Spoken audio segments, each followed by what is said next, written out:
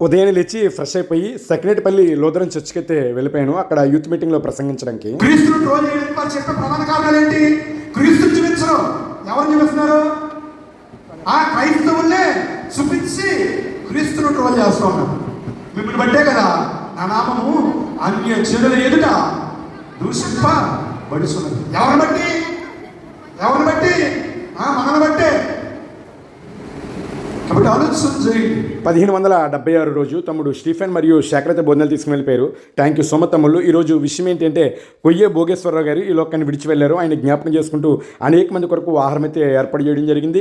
అలాగే దుర్గశ్రీ రమా గారి పుట్టినరోజు సందర్భంగా మరికొంతమంది కొరకు ఆహారం అయితే ఏర్పాటు చేయడం జరిగింది. పుట్టినరోజు శుభాకాంక్షలు దుర్గశ్రీ గారు. ప్రార్థన ముగించుకుని పంటి మీద నరసాపురం అయితే వచ్చేసాం. పంటి ప్రయాణం చేసిన వాళ్ళు ఎవరైనా ఉంటే కామెంట్ చేయండి. చివరిగా ఒక విషయం, ఒకరిని దూషించడం, విమర్శించడం, బాధ పెట్టడం క్షణం పని, కానీ అది తప్పు అని తెలిసిన తర్వాత గుర్తొచ్చిన ప్రతి క్షణం కూడా బాధపడాలి.